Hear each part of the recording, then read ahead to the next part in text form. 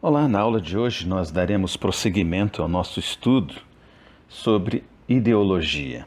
Na aula anterior nós vimos as concepções positivas e negativas a respeito da ideologia e vimos as características da ideologia na concepção de Marx. Na aula de hoje nós vamos trabalhar um pouquinho essa relação que podemos estabelecer entre cultura e ideologia.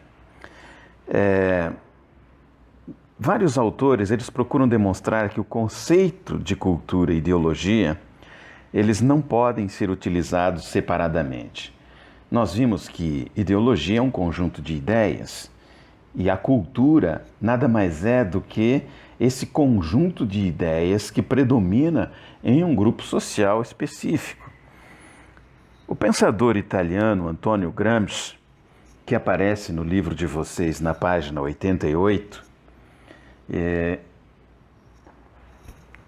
ele analisou a questão com base em dois conceitos interessantes, que seria o conceito de hegemonia e o conceito de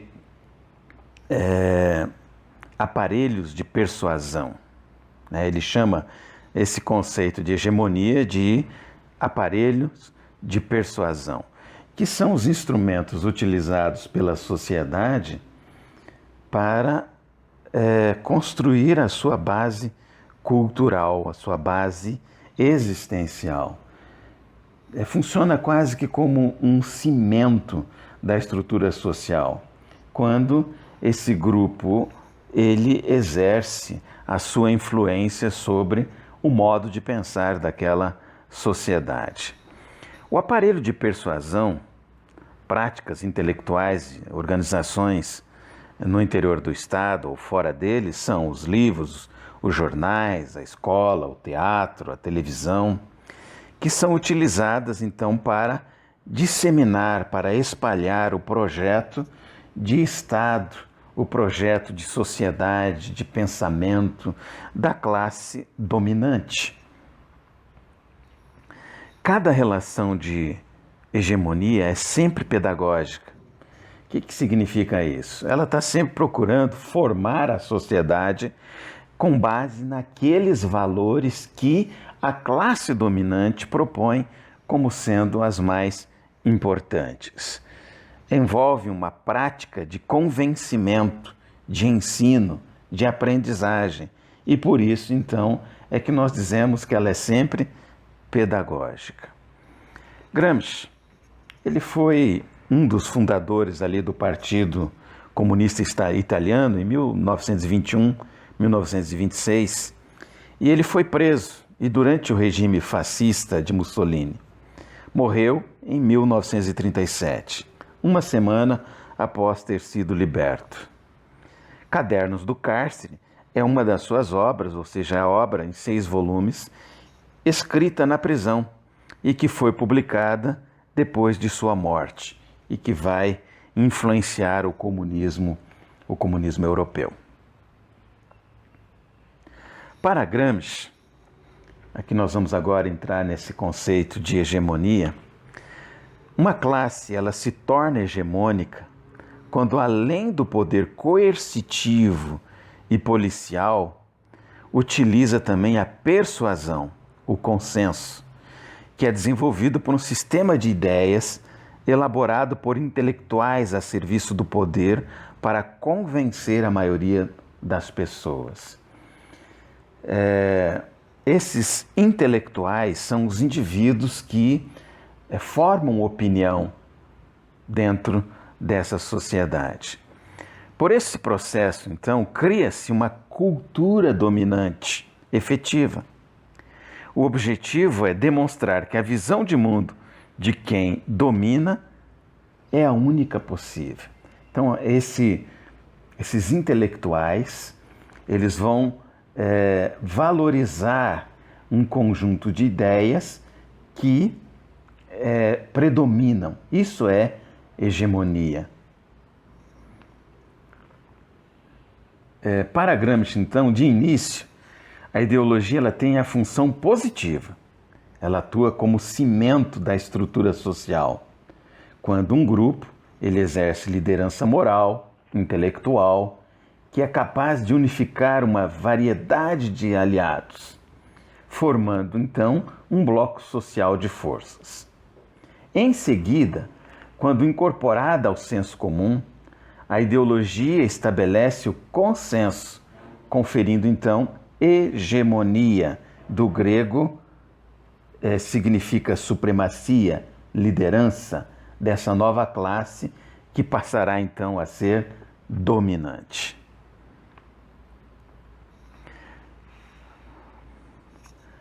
O conflito entre burguesia e proletariados exigem desses últimos, ou seja, dos proletários, a elaboração intelectual de seus próprios valores, uma vez que a ideologia vigente ela vai refletir os interesses da classe dominante, no caso, a burguesia. Então, os intelectuais tradicionais, geralmente eles pertencem a essa classe burguesa. O proletariado, então, ele precisará de intelectuais orgânicos. O que seria esse intelectual orgânico? É aquele intelectual que é gerado no interior da classe dominada e que construirá um conjunto de ideias que vai se contrapor às ideias difundidas pela classe dominante. Então, nesse processo revolucionário, a presença dos assim chamados intelectuais orgânicos será fundamental para que a classe dominada ela tome consciência da sua condição de dominado. Se vocês observarem no livro didático de vocês, lá no finalzinho da página 88 aparece esse quadrinho, onde Laerte ele vai ironizar o temor dos empregadores, ou seja, da classe burguesa, com relação ao que eles costumam chamar de operários agitadores.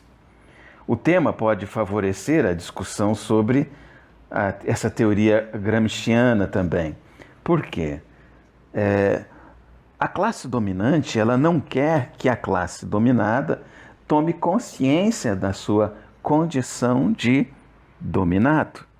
E é por isso, então, que os seus valores, as suas ideias vão ser contestadas por esses intelectuais tradicionais em oposição aos intelectuais orgânicos. Então, ficaria assim: intelectuais tradicionais são aqueles indivíduos que reproduzem o pensamento da classe dominante, que reforçam essa situação, que naturalizam as relações que estão sendo postas pela classe dominante. Intelectuais orgânicos são os indivíduos que surgem dentro da classe dominada e que passam a contestar os valores que são naturalizados por essa classe dominante. E para Gramsci era importantíssimo que dentro do mundo operário surgissem trabalhadores que tivessem autonomia de pensamento e pudessem então desenvolver esses intelectuais orgânicos. Para ele, o proletariado precisa de intelectuais orgânicos que surjam a partir de suas próprias fileiras, contrapondo-se a esses intelectuais tradicionais, a fim de constituírem coerentemente a concepção de mundo dos dominados e possa então fazer com que esses dominados possam se contrapor, lutar para sair dessa condição. Então são esses intelectuais que darão ao proletariado a consciência de sua missão histórica. E aí, partindo da compreensão que nós temos de que Gramsci partilha de um ideal comunista, ele acreditava que esses intelectuais orgânicos, eles despertariam nos operários a sua visão, retirando-os do domínio ideológico da classe dominante, ou seja, da burguesia. É necessário, por conseguinte, distinguir entre ideologias historicamente orgânicas, isto é, que são necessárias a uma determinada estrutura, e ideologias arbitrárias, racionalistas, desejadas. Na medida em que são historicamente necessárias, as ideologias têm uma validade, que é a validade psicológica. Elas organizam as massas humanas, formam o terreno sobre o qual os homens se movimentam, adquirem consciência de sua posição, lutam, etc. Na medida em que são arbitrárias, elas não criam senão movimentos individuais, polêmicas, etc.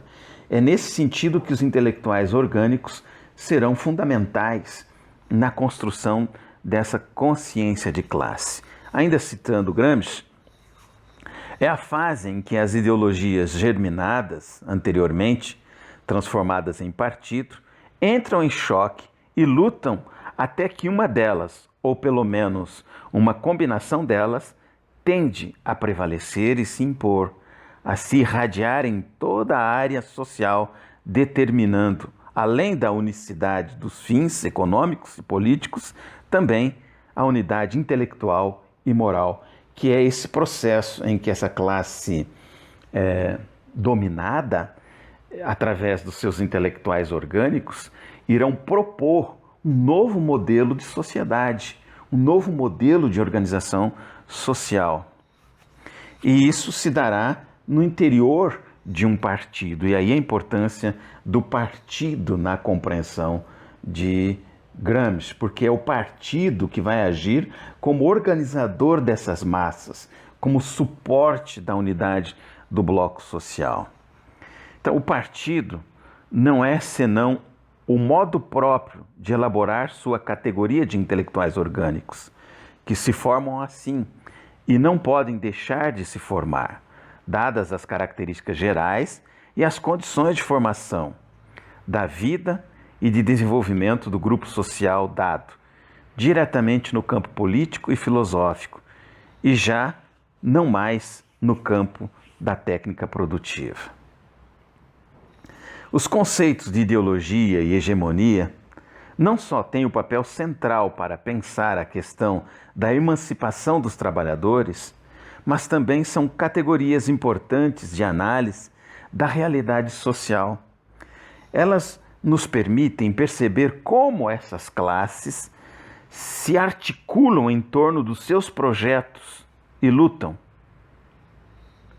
ou para manterem os seus interesses econômicos corporativos, ou manterem ou construírem sua posição hegemônica na sociedade.